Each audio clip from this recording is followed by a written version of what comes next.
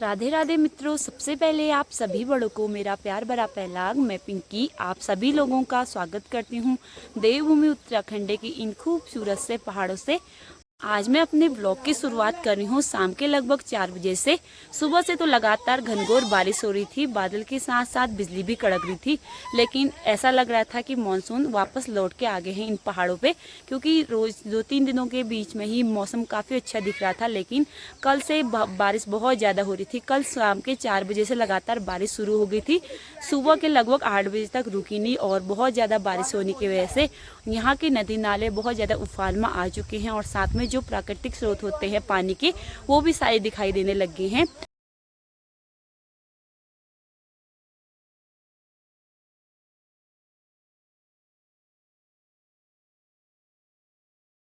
चारों तरफ सुबह जब उठ के हम सीधे बाहर आए तो चारों तरफ यहाँ पे पानी पानी नजर आ रहा था, क्योंकि खेतों पे भी बहुत ज़्यादा पानी पूरा भर चुका था लबालब।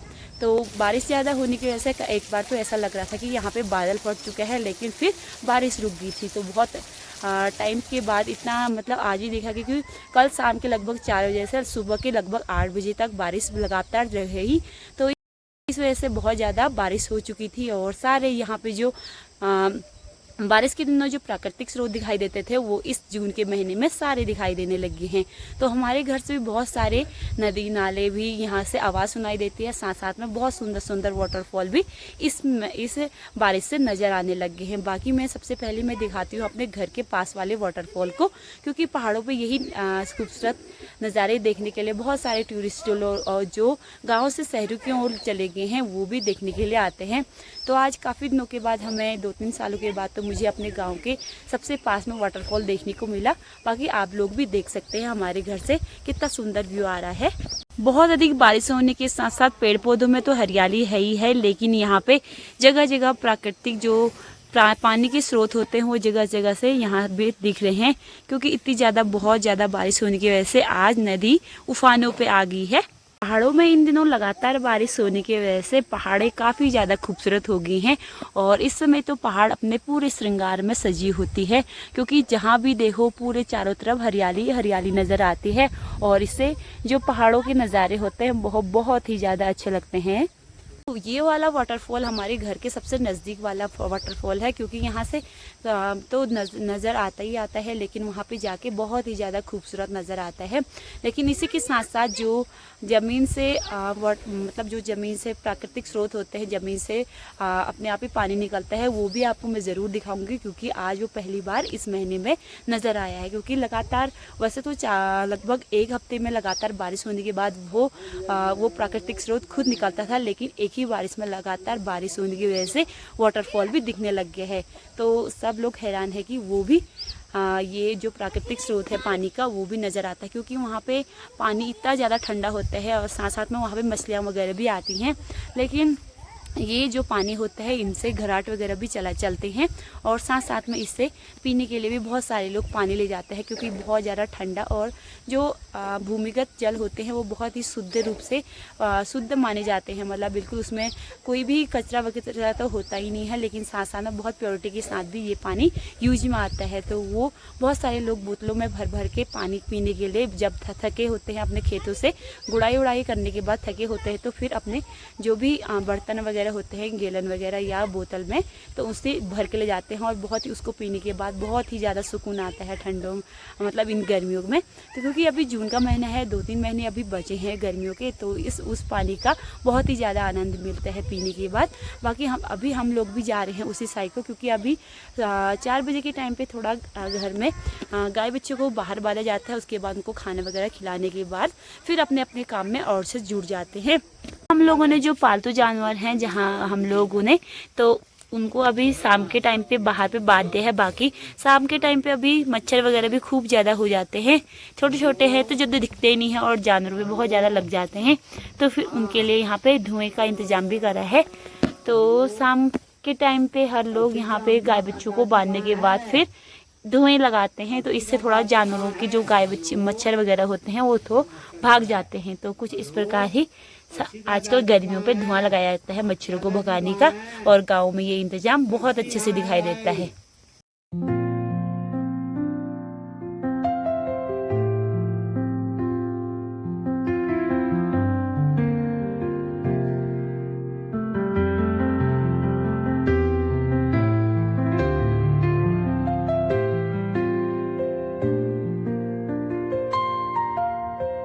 से लगातार बारिश हो रही थी तो कुछ काम हुआ नहीं, लेकिन घर के अंदर हमने खाने पीने का हुआ।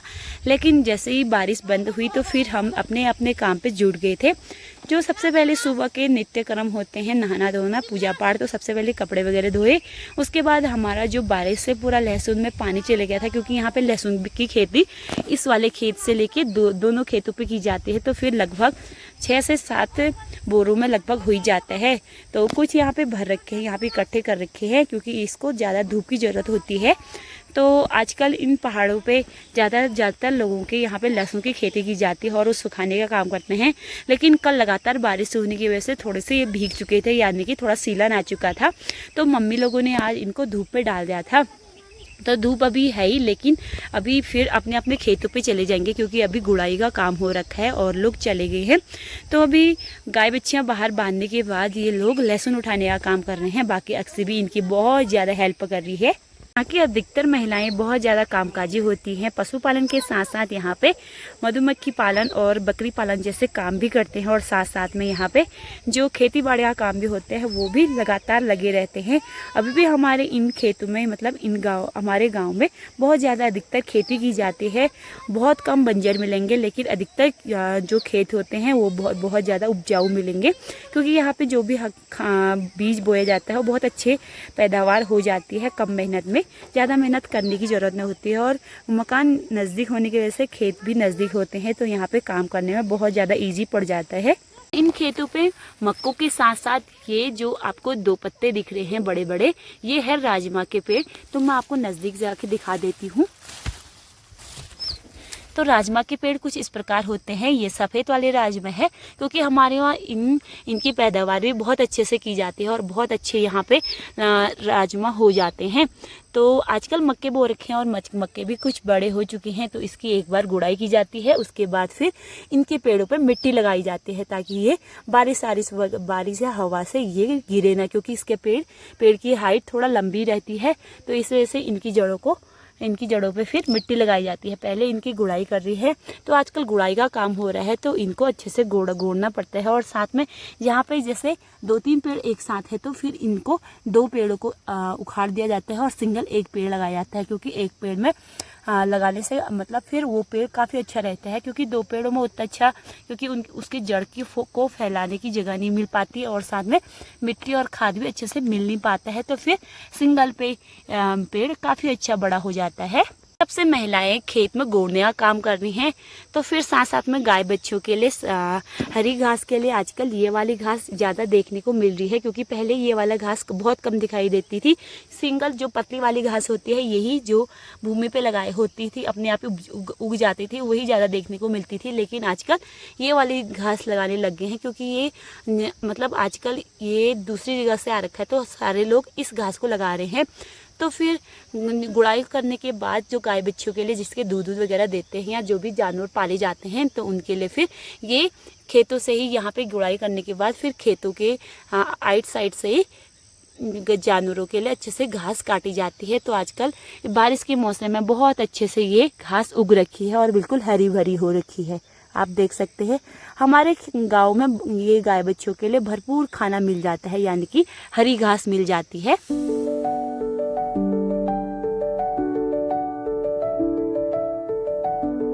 कल से लगातार बारिश होने की वजह से आज जो रास्ता है बिल्कुल साफ नज़र आ रहा है, क्योंकि इस कोने से बिल्कुल वही बारिश से जो पानी निकल रहा था वो नीचे गहराई वाले स्थानों को चले जाता है।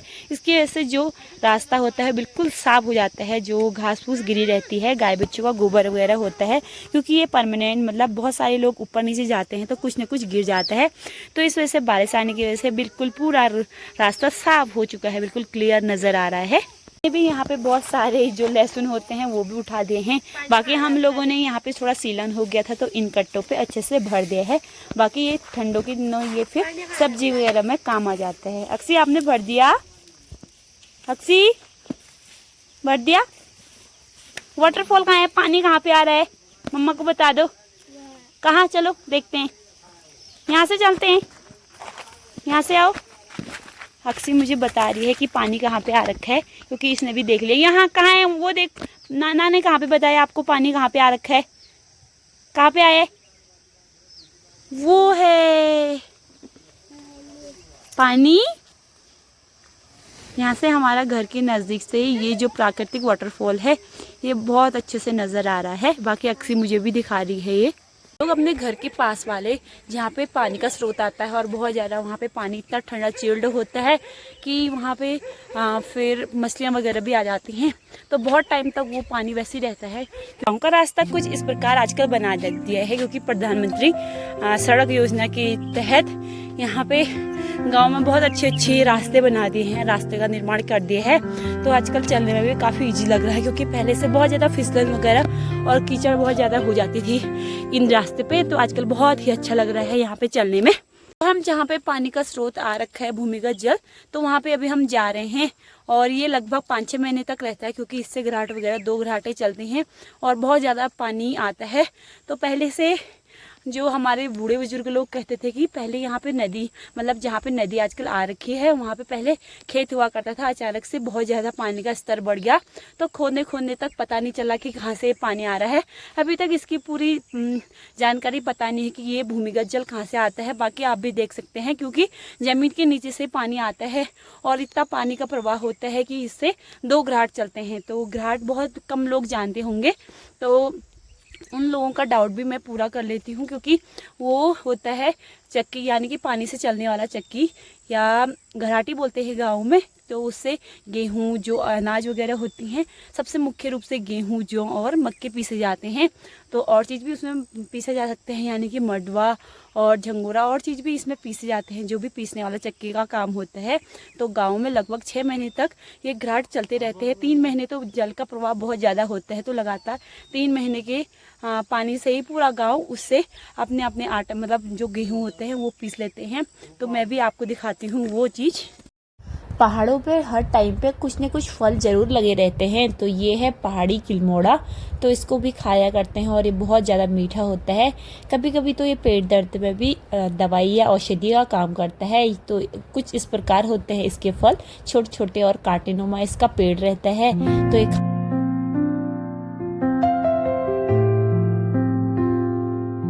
जिस स्थान पे हम जा रहे हैं उसे भूमुख बोला जाता है। तो यहाँ का रास्ता कुछ ऐसी है, क्योंकि आजकल घास हो रखी है बारिश की वजह से, तो रास्ता भी क्लियर साफ नहीं हो रखा है, क्योंकि लोगों का भी आना जाना बहुत कम है। हम लोग पहुंच चुके हैं जहाँ पे भूमिगत पानी निकलता है, यानी कि ये नदी के रूप में ही पूरा नदी का आकार ले लिया है। तो पहले तो बहुत कम पानी आता था यहाँ पे, लेकिन जैसे जैसे ज़्यादा बारिश होती रहती है यहाँ, तो ये पानी का स्तर भी बढ़ते जाता है। बाकी यहाँ पे 2-3 बारिश होने के बाद ये पानी बिल्कुल साफ़ हो जाता है।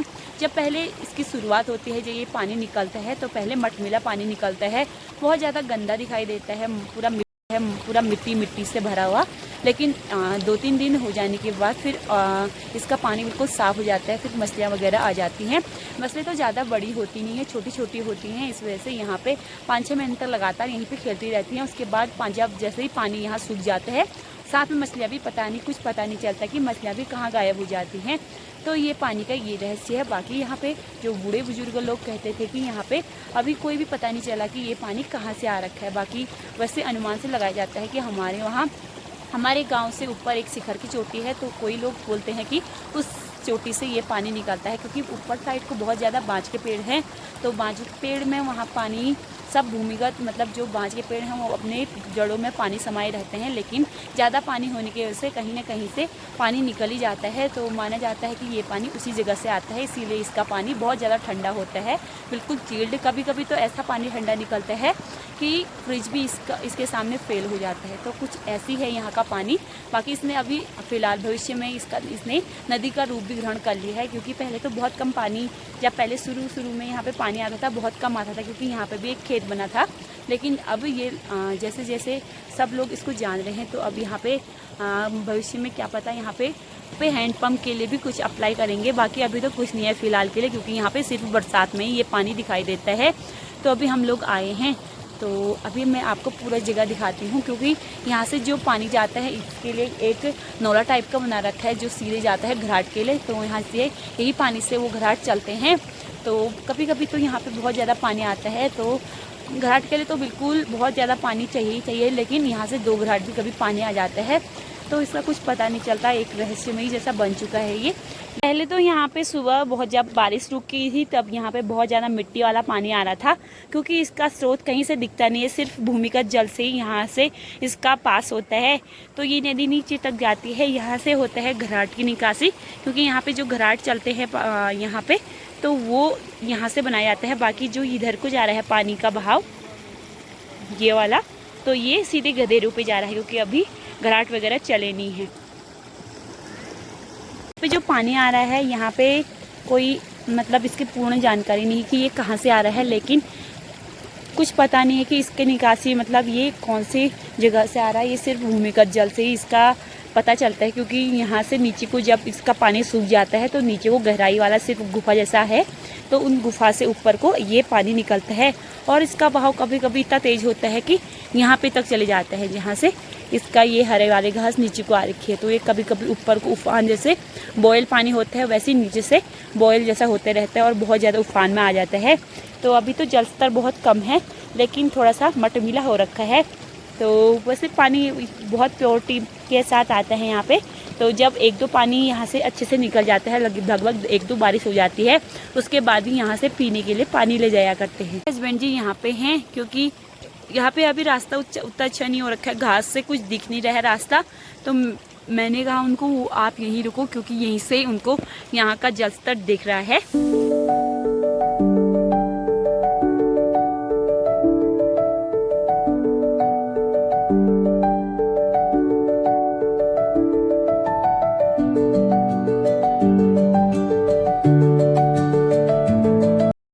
हमारे घर से नज़दीक है, तो यहाँ से अक्सर हम पानी ले जाए पीने के लिए ले जाया करते हैं घड़ा वगैरह में।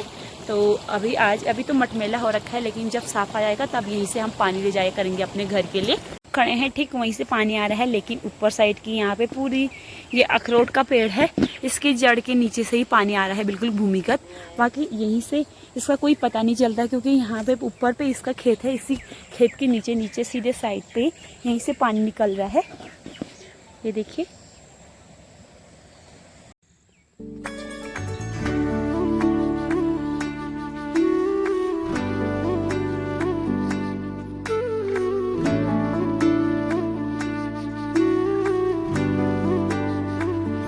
हम लोग पानी का स्रोत देखने के बाद जैसे ही आ रहे थे और यहाँ पे अक्सी आ गई है हमें ढूंढते ढूंढते हमारे पीछे।